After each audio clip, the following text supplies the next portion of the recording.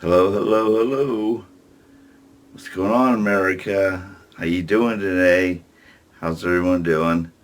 Hope you're having a great day.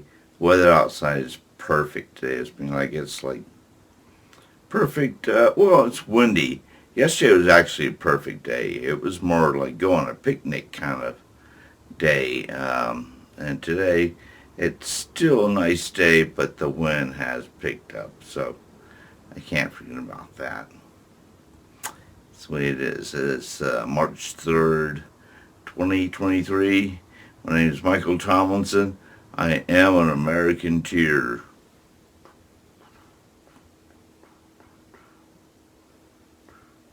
Um, yeah, they're shutting down all kinds of stores, laying off people. Jobs are going away right now in America. Um, Walmarts are being shut down. Um, and soon to be maybe some Targets and who knows what else. Cracker Barrel, I think, is on that wagon. And they're leaving locations saying it's a high crime area or unsuitable areas that don't make a lot of money and I guess it's a hassle to keep open. I know they just shut down the Walmart I go to about a month ago. They just announced it, and within 2 weeks it was shutting down. Um, and so that was the end of that. And they said it was due to uh, low volume, I guess, but it looked like a high volume store. But the second reason, or the main reason, was thievery. People stealing like crazy. And they had everything locked up as much as possible. I mean, everything had was behind one of those little display kind of windows where you had to get help to have an employee come down and unlock it for you. And if you do get that product, they're not even going to give it to you. They take it to the some hidden front area where when you get to the register or you self check out, you tell the person like you have whatever it is that you're purchasing that they would not give to you, like socks. They're just like, I'm not gonna let you steal our socks, man. I mean that's pretty bad. I mean that's bad when you're locking up underwear and socks for men. I mean, come on. Along with a lot of other items, um, and it's also kind of hard for me to believe that that's the level. I mean, it's reached that level of that much, that many people taking stuff. I guess just stealing, shoplifting. And I thought they had that under control, because of those little tinted bubbles above us on the ceiling. They're like every 5 feet. They're everywhere. And I thought every one of those tinted bubbles meant it had a camera, and and all those cameras were all going to the basement, where two or three, one I don't know, security guards or was monitoring all the cameras, catching shoplifters. And but then they say that's a big problem. But I guess they don't have. They have the tinted bubbles up there, but I don't think there really are cameras in there now.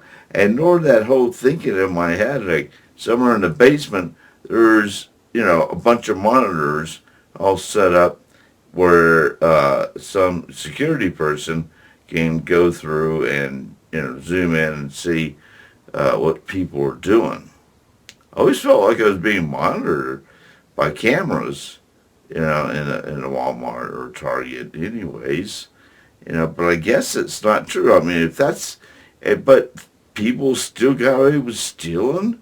I mean, if it's what I'm thinking with the security, then how can they get away with it? Or there's so much of it, it's just like, for the people, regional and main headquarters to say, let's just cut out and get out. However, though, I do agree that the area has grown just a lot more ghetto. It's just a lot more, it's next to just a whole neighborhood of apartment complexes, low income apartments where people just walk across the street and walk over to Walmart, I guess. And and some people, the public may find them undesirable. I don't know. But I definitely noticed that inside that Walmart. It's just that kind of ghetto side. But I thought all Walmarts were that was like the theme, you know. People walking around in pajamas, not caring, or slippers. I mean, they just didn't even care to put on clothes to go to Walmart. Why bother? We're just going to Walmart. Um, anyways, they're shutting them down. And that's sad because when they took over, just them being present took out a lot of small businesses, of course, in the surrounding area. Um, and so, all those mom and pop shops or brick and mortar stores, are long gone. They're not going to come back. You know. I do have some, I have all kinds. That one I used to go to, which is not there anymore. Um, but it was definitely ghetto. There was like the last time I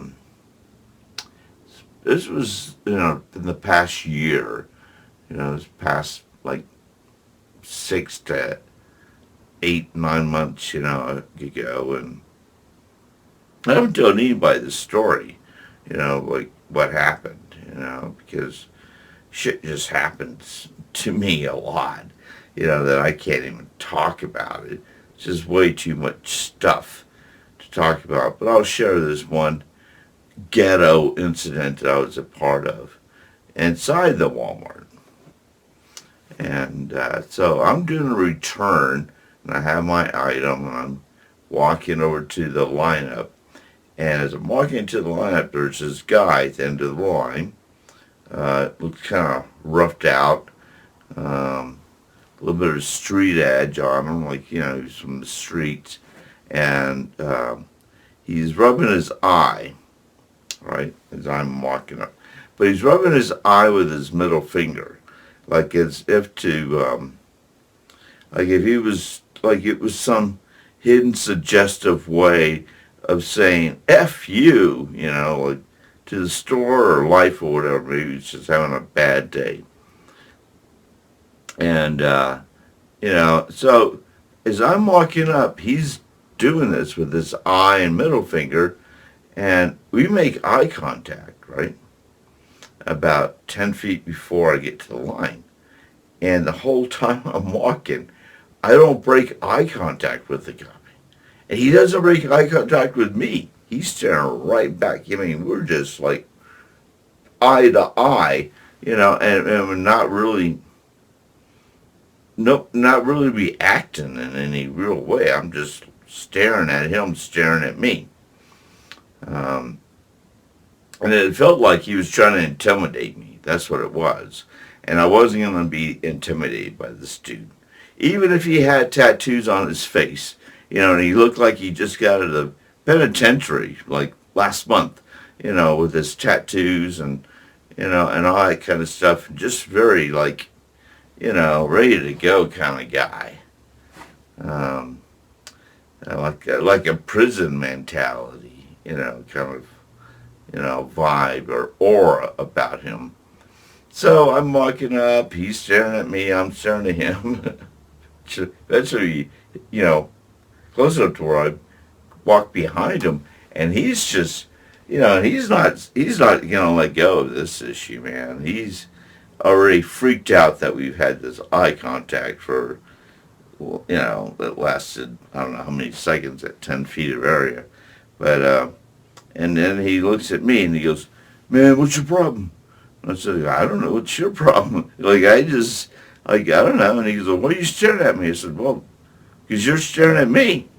I'm just staring back, And then he's like, "Okay, man." And then he kind of turns around real quickly, and he turns back around at me, steps up even closer, and was trying to really lay this, like, intimidation on me, right? Like, at that point, he was just, man. And I was ready. I knew. I mean, I thought, like, wow, I'm about to get in a fight inside Walmart right now. I mean, I said, the first thing that crossed my mind, I was thinking, like, whoa, get ready to throw down, Michael, because this guy is like in your face, and we haven't physically done anything, but, the intimidation factor was definitely there.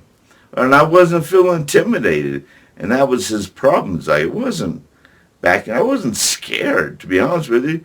And I wasn't going to be intimidated by this dude. I don't care if he has tattoos on his face and he looks like he can take me down. I'm not afraid.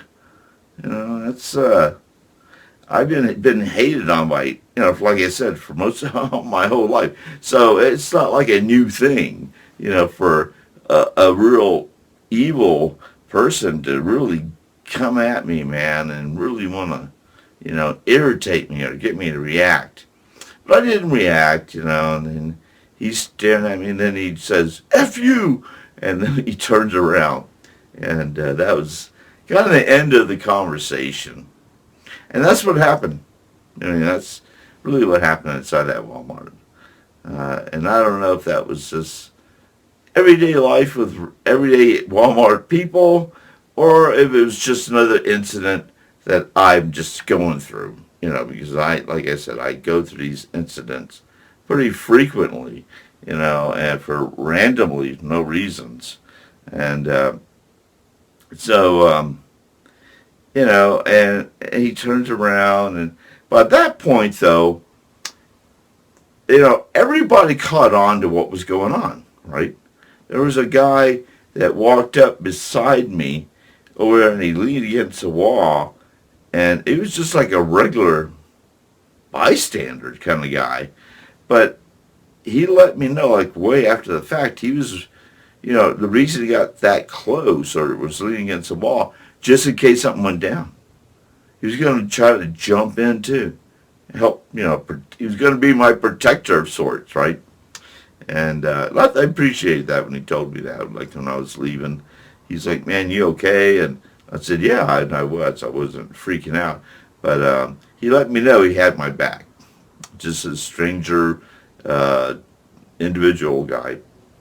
Um, and the employees already caught on to what was going on. And so they did that whole code for security to come around and hang, within that little area that we were doing our returns on. And by the time I even got to the register to do my return, and he was already leaving, I could hear him arguing with the security people over something. I don't know what they were arguing about, but he was getting loud, and they were like, trying to get him out.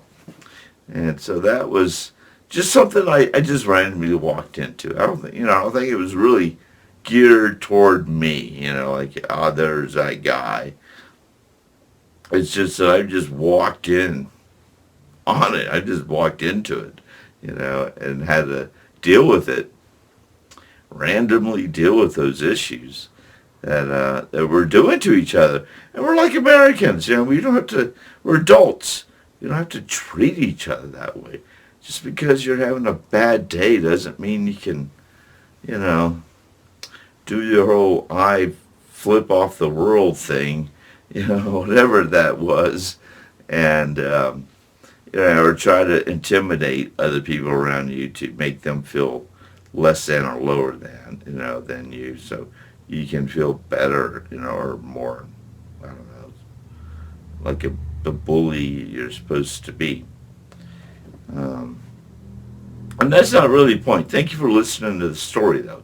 It is part of my life story, and it is part of my testimony. So, I mean, these are things I have to talk about, too, when I'm talking about the American Cheer movement, because it's the real fear wasn't about me or that guy. That whole situation, like I said, this is the first time I even talked about it. It happened a while back. I don't even talk about these issues or those things that happened to me.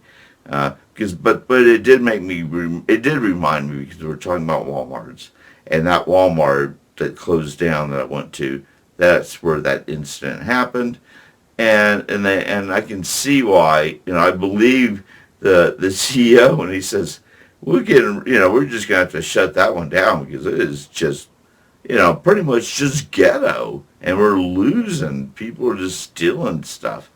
Um, so he's telling the truth, without doubt. He wasn't trying to pull a fast one on the people. But I am gonna miss it. It was a convenient location. And it wasn't even all that. It's not even that convenient. I still drive to it, the location.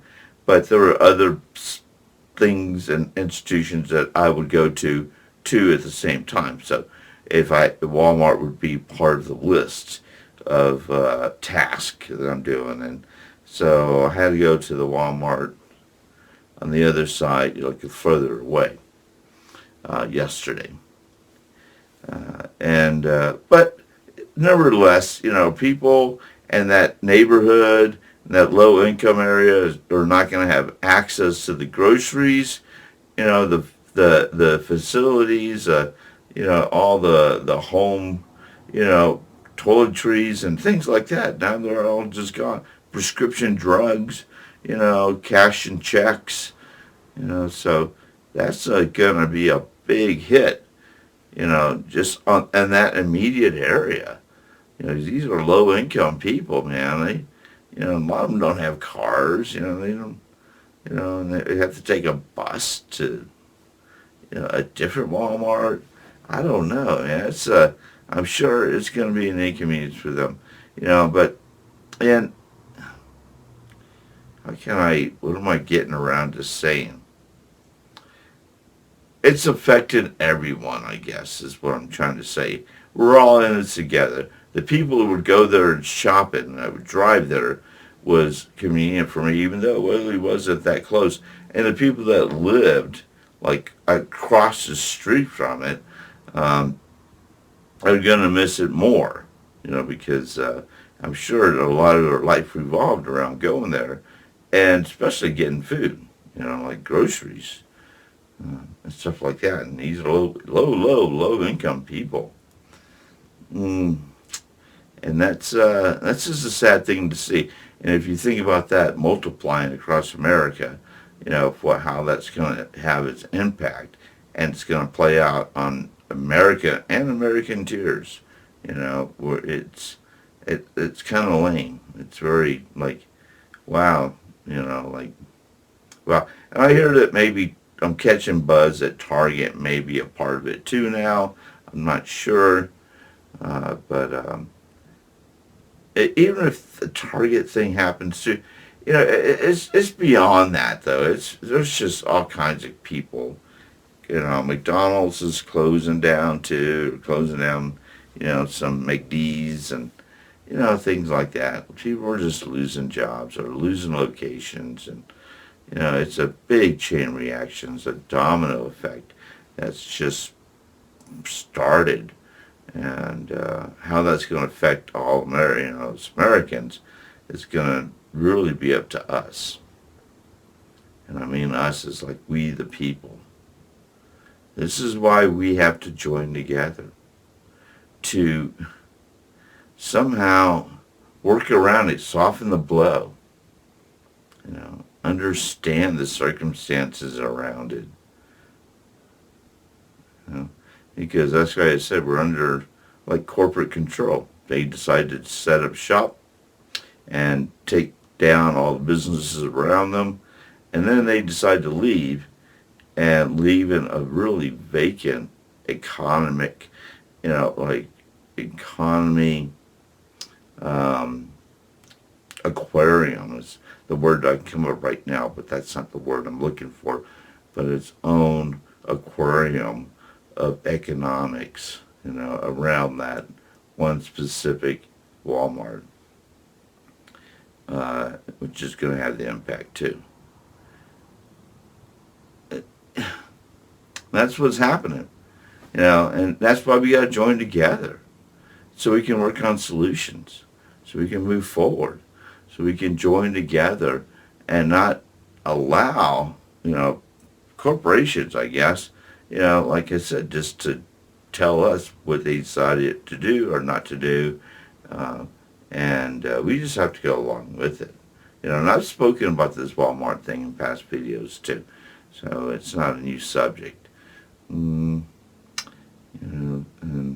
that's, I think that's all we're going to talk about right now. I'm kind of getting a little bit of everywhere, and I wanted to stick to the Walmart and Target institutions and how that's going to affect Americans and that's why we need to join together as Americans, because we have the power to unify and help each other out and just reestablish. And one way we should be excited because that's saying that we have to build a new road now. We have to have a new America. We have to have new solutions. And this is the time where American leaders can step up, join together to help solve all that. Because America is ready. It's already changing without us. Why not be a part of it? Boom, boom. Let's make it happen. Let's save lives. I don't know if we can save locations of these institutions or save their jobs or save the neighborhoods, right out of the gate, but we can save America. And they're a part of America, so we're going to save them too. Okay? Well, thank you for your time. Have an excellent day. Peace, love, and we'll talk later. Okay? Bye.